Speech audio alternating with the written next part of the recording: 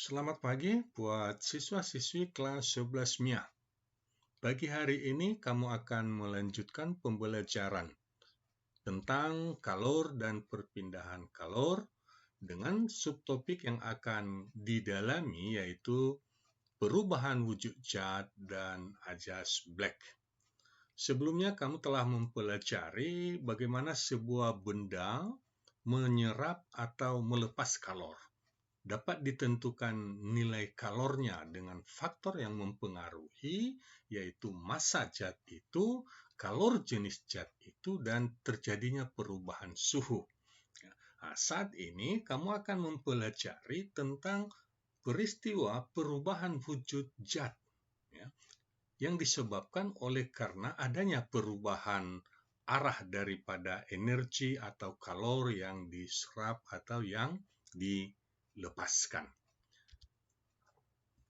Baik, perubahan wujud zat untuk ada 3 jenis zat yang kita kenal, yaitu padat, cair, dan gas. Artinya, zat padat bisa menjadi cair atau bisa menjadi gas. Ya. Atau gas bisa menjadi padat dan juga bisa mencair. Atau yang sebaliknya, zat cair bisa menjadi padat dan juga bisa menjadi gas. Tentu hal ini disebabkan oleh dua arah energi atau kalor yang berubah.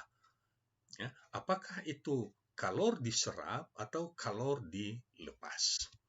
Sebagai contoh, benda padat bisa mencair, ya. Benda cair bisa menguap, dan benda padat juga bisa menjadi gas. Tentu hal ini terjadi perubahan wujud zat dengan arah seperti tanda panah yang diberikan karena zat itu mengalami perubahan kalor yang diserapnya. Ya.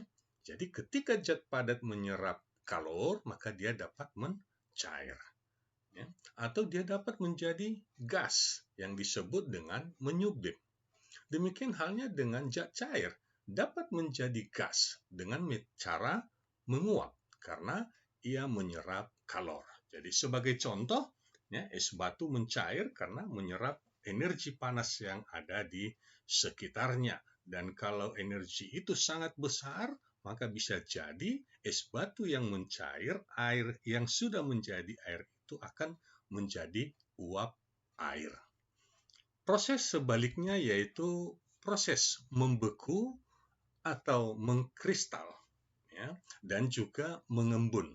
Artinya perlawanan, ya, kebalikan daripada sifat dari menyerap kalor.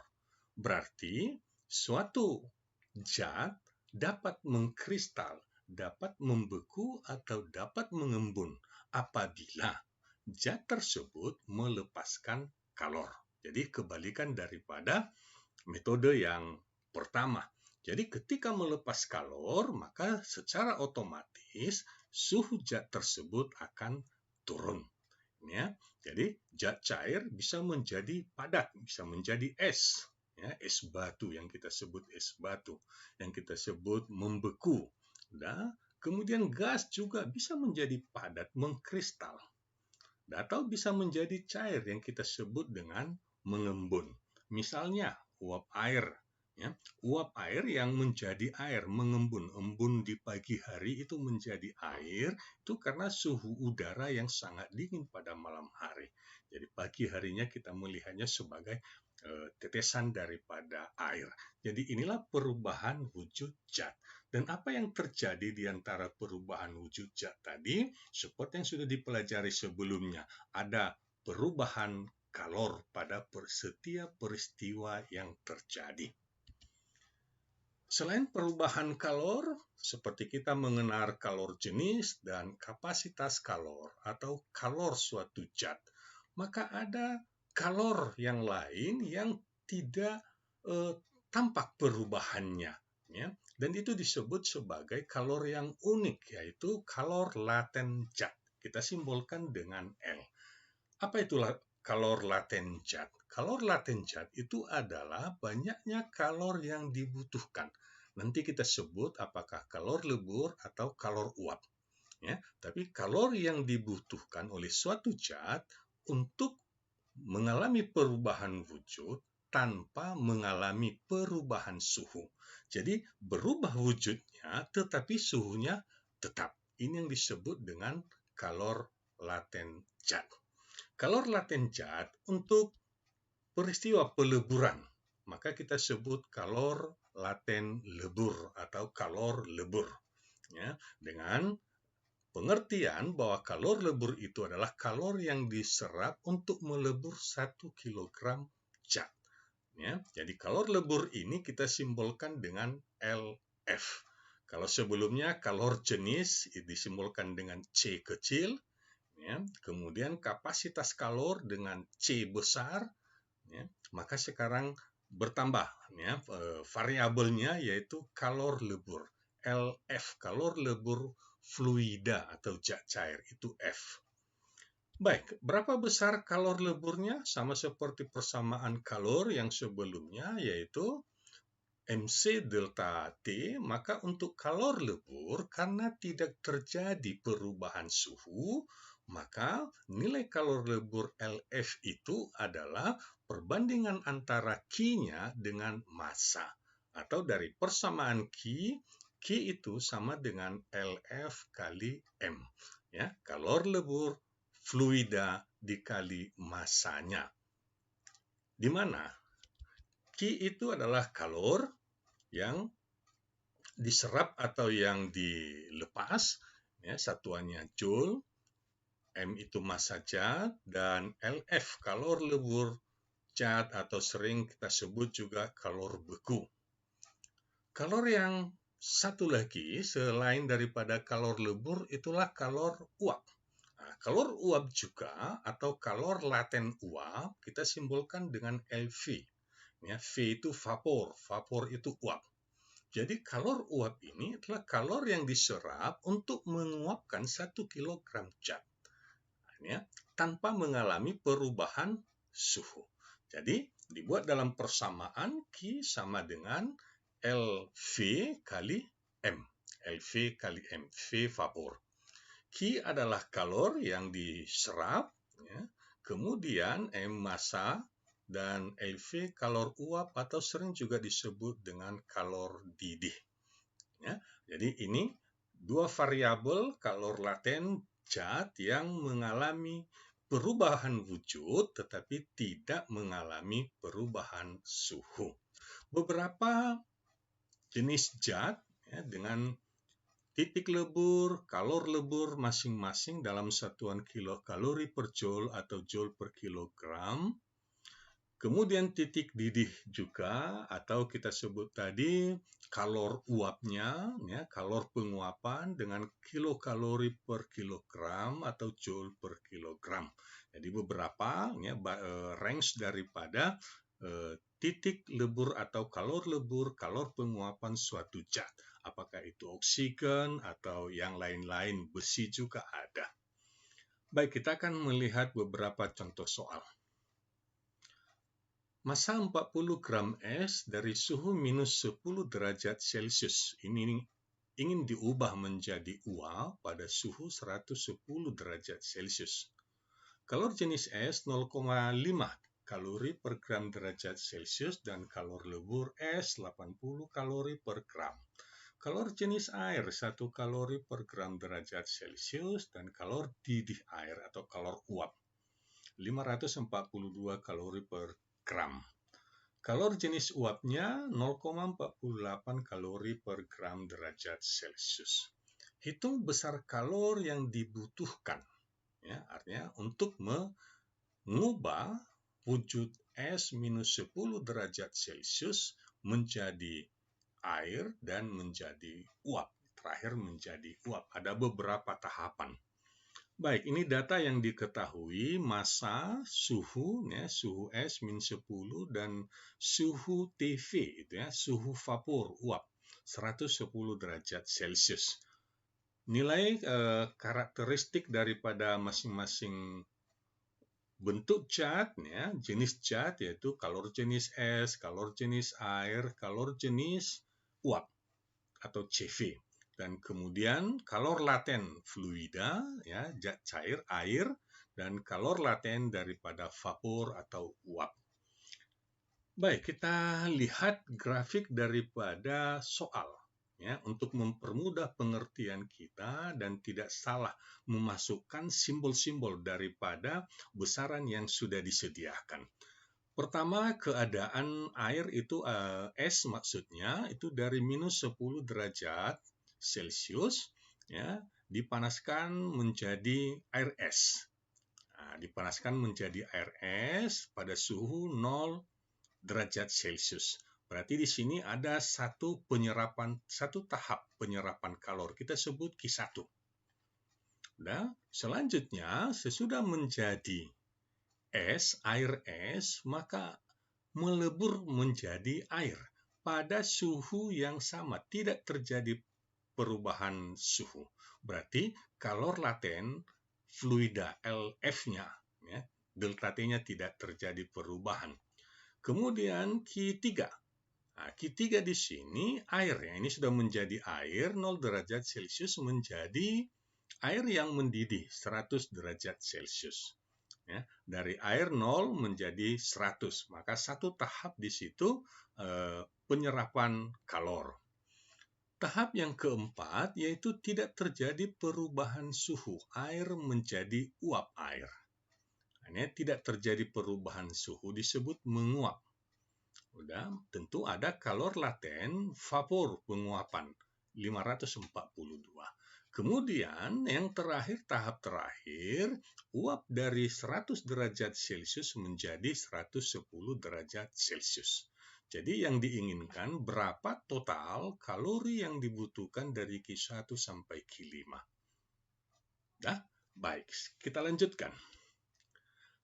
Proses pertama Q1 ini es, maka yang kita pakai massa es, kalor jenis es ada, dan perubahan suhu ya, akhir dikurang awal berarti 0 dikurang min 10 berarti positif 10. Dan inilah nilai kalor yang dibutuhkan 200 kalori. Nah, kemudian terjadi peleburan, ya, tidak terjadi perubahan suhu. Maka kalor yang dibutuhkan adalah massa dikali kalor lebur daripada fluidanya, LF-nya, yaitu 40 kali 80, LF 80, 3.200. Jadi di sini sudah menjadi air sesudah melebur. Selanjutnya, yang ketiga, air dari 0 sampai 100 derajat Celcius. Maka masanya ya tadinya es sekarang menjadi air dengan massa yang tetap tidak berubah, kalor jenisnya berubah menjadi kalor jenis air. Perubahan suhu 100 dikurang 0, 4000 kalori. Keempat, terjadi penguapan vapor. Jadi tidak terjadi perubahan suhu. Maka massa kali LV-nya. Ya, massa 40, LV-nya 542. Jadi 21.680 kalori yang dibutuhkan untuk proses penguapan tersebut. Dan yang terakhir, penguapan dengan perubahan suhu 100 sampai 110. Maka tetap sekalipun es berubah menjadi air, berubah menjadi uap, maka massanya tetap. Ya, dan kalor jenis uapnya CV ada tadi 0,48 dan perubahan suhu dari 110 menjadi 100, dikurang 100 ya. Suhunya dari 100 ke 110 dan selisihnya 110 dikurang 100. Oke, 192 kalori. Nah, inilah kalor setiap tahap yang terjadi pada es tersebut. Maka secara total, Q totalnya adalah jumlah keseluruhannya, ya, kita masukkan angkanya, diperoleh 29.272 kalori atau 29,3 kilokalori. Jadi, seperti inilah menerapkan perhitungan untuk kalor laten zat. Apakah itu kalor laten fluida ataupun kalor laten vapornya. Selanjutnya kita mempelajari tentang Ajas Black.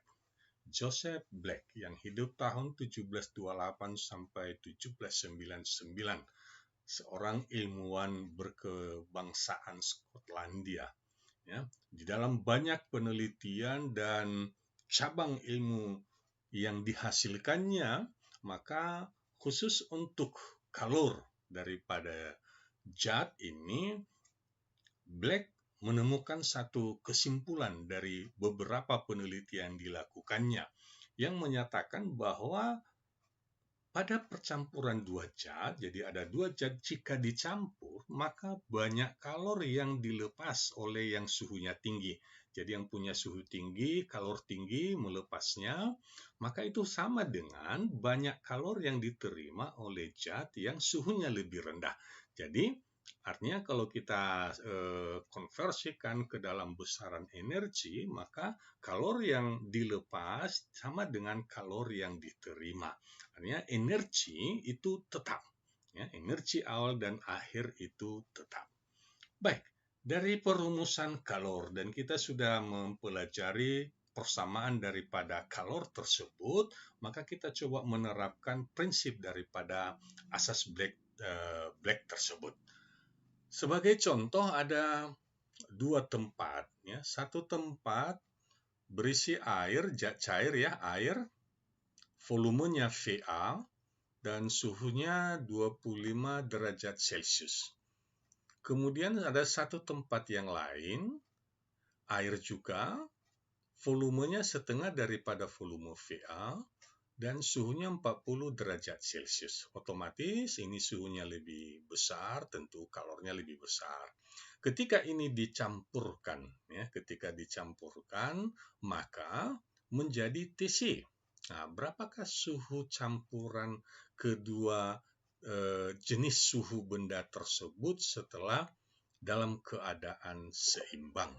Menurut ajas Black, bahwa suhu tersebut harus sama besarnya. Kalori yang dilepas dengan kalori yang diterima harus sama besarnya. Di mana kalori yang fluida yang 25 derajat Celcius dengan kalori yang dimiliki oleh fluida yang 40 derajat Celcius itu sebagai yang menerima dan yang melepas. Ya, kita menerapkan persamaan ajas Black. Q lepas sama dengan Q terima. Yang melepas adalah benda B, ya, dengan kalor jenis B. Perubahan suhu TB dan A, MA kali CA kali delta TA. Selanjutnya, ya, soal tidak memberitahu massa dan kalor jenis. Dan yang kita ketahui, karena sama-sama air, A dan B ini air, berarti kalor jenisnya sama. Kemudian yang diketahui adalah volume. Dari persamaan hubungan daripada volume, massa jenis massa per volume, ya, maka sama-sama air, berarti massa jenis A, air di tempat A, dan air di tempat B, massa jenisnya sama. Berarti tinggal volumenya yang berbeda. Sehingga jika kita berikan persamaannya, maka massa MB dengan MA ini kita ganti menjadi VB dengan VA. Sedangkan massa jenisnya dapat kita tiadakan. Selanjutnya, ketika kita masukkan nilainya dari persamaan ini, ya, ketika terjadi keseimbangan suhu dan keseimbangan kalor, maka yang kita lihat di sini suhu si B, ya, dikurang daripada suhu akhir, sedangkan si A suhu akhirnya dikurang suhu mula-mula. Nah, kita masukkan angkanya. VB itu setengah dari VA, sedangkan si zat cair B, air B ini suhunya 40. Kemudian si A itu VA dan suhu mula-mulanya 25. Sehingga dari persamaan ini kita peroleh, ya, 0,5 VA-nya kita hilangkan, 0,5 kali 20. 20, 0,5 kali T akhir, 0,5 T akhir. Kemudian T akhir tetap 25, tetap minus kurang 25. Baik, kita sederhanakan persamaannya. T akhir ini kita pindahkan ke sebelah kanan menjadi ditambah, ya. T akhir ditambah 0,5 T akhir sama dengan 20. Ini min 25 kita pindahkan menjadi positif. Maka 1,5 T akhir sama dengan 45 dan suhu akhir daripada campuran air suhu 25 dengan suhu 40 itu ketika dalam keseimbangan suhunya adalah 30 derajat Celcius. Jadi inilah penerapan hukum ajas daripada Joseph Black. Selanjutnya contoh yang ketiga. Air sebanyak 0,5 kg suhu 100 derajat Celcius dituangkan ke dalam bejana dari aluminium yang memiliki massa 0,5 kg. Suhu awal bejana sebesar 25 derajat Celcius dan kalor jenis aluminium 900 Joule per kilogram derajat Celcius. Kalor jenis air 4200 Joule per kilogram derajat Celcius. Ya, betul.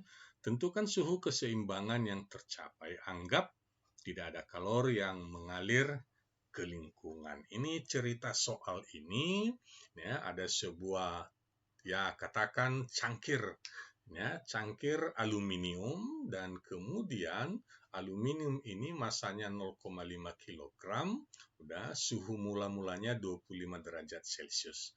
Kemudian air dimasukkan ke dalam aluminium itu dengan massa air yang dimasukkan 0,5 kg dan suhu air itu 100 derajat Celcius. Ya, jadi ketika air yang suhu 100 derajat Celcius masuk ke dalam aluminium, ya, bejana atau cangkir aluminium, udah, maka akan terjadi keseimbangan suhu. Akan terjadi keseimbangan suhu. Air yang kalornya lebih besar dengan aluminium yang suhunya lebih kecil itu akan seimbang menurut ajas Black. Baik, data sudah diberikan sama seperti di soal, maka kita mengerjakannya. Pertama, kalor lepas sama dengan kalor yang diterima. Ya, kalor yang dilepas, ya, kalau kita simbolkan itu air, udah. Kemudian yang terima itu B, bejana aluminium, ya, bejana aluminium. Maka, ya, kita uraikan persamaannya. Kita akan melihat bahwa massa air, kalor jenis air, kemudian suhu air dikurang suhu akhirnya, karena itu yang melepas. Kemudian aluminium, bejana aluminium, suhu akhir dikurang suhu aluminium mula-mula. Ya, jadi kita masukkan nilainya, maka kita peroleh 0,5 kali 4200, ya, kemudian di bagian B 0,5 kali 900. Maka persamaan matematisnya kita sudah dapati, ya, kita sederhanakan. 2550 kali T akhir sama dengan 221.250. Maka kita peroleh suhu keseimbangan akhir adalah 86,76 derajat Celcius. Jadi, air yang 100 derajat Celcius suhunya turun, ya, dan aluminium yang suhunya 25 suhunya naik menjadi 86,76. Inilah keseimbangan yang dihasilkan dengan ajas Black. Contoh yang terakhir. 50 gram balok es suhu 0 derajat Celcius dicelupkan pada air. Ya, suhunya 30 derajat Celcius. Kalor jenis air ada, dan kemudian kalor lebur es ada. Hitung suhu akhir campuran. Ya, data yang diberikan, ya, diketahui dan ditanya T akhir. Dari soal kita bisa membuat grafiknya. Sifat daripada kedua jenis percampuran ini yaitu balok es, ya, suhunya 0, melebur, ya, kemudian mencapai suhu tertentu Tx, ya, mencapai suhu tertentu setelah menjadi air. Tentu ada dua langkah daripada kalori yang perlu kita hitung. Kemudian air yang suhu 30 derajat Celcius. Ya, tentu akan bercampur dengan es sehingga mencapai suhu keseimbangan TX. Nah, ini yang ditanyakan, pada suhu berapakah keseimbangan tersebut terjadi? Ya, tetap dengan ajas black-nya, Q serap sama dengan Q lepas. Nah, yang menyerap itu adalah es yang pertama-tama melebur, kemudian air yang mencapai suhu TX. Ya, untuk melebur tentu kalor lebur fluida LF kita pergunakan, dan ketika sudah menjadi air maka yang ada kalor jenis air. Ketika melebur tidak ada perubahan suhu. Sedangkan dengan air ya dari suhu 30 menjadi TX. Ya, artinya di bawah daripada 30 derajat. Baik, kita masukkan angkanya. Massa es ada, kalor laten fluidanya, kalor laten leburnya, udah. Kemudian ketika menjadi es yang suhunya dari TX menjadi 0 sesudah menjadi air, ya. Jadi kita pergunakan kalor jenis air, ya, tetap dengan massa es. Kemudian air yang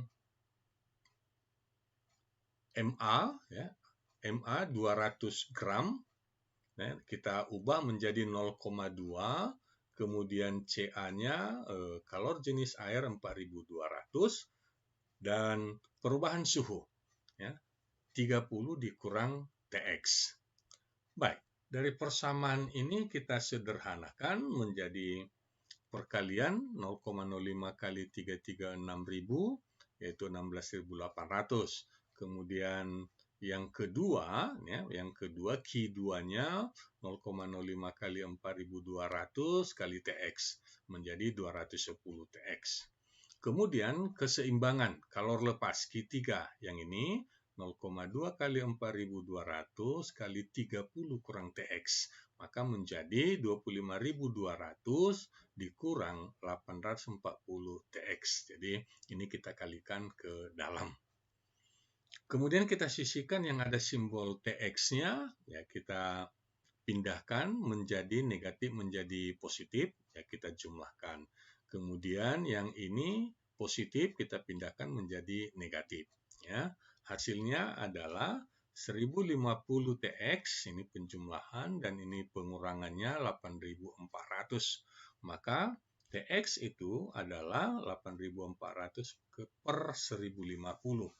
Maka diperolehlah, ya, 8 derajat Celcius. Jadi air yang suhunya 30 derajat, ya, dan massanya 200 gram, ketika dicampurkan dengan es yang suhunya 0 derajat dan massanya 50 gram, akan mencapai satu suhu keseimbangan sebesar 8 derajat Celcius. Sampai di sini pembelajaran dengan 4 contoh soal, ya. Dengan harapan kamu bisa lebih mudah lagi mengerti karena sudah pernah mempelajarinya ketika kamu di SMP. Sampai di sini pertemuan kita. Terima kasih atas perhatian kamu. Sampai jumpa pada topik selanjutnya. Salam sehat buat kamu semua.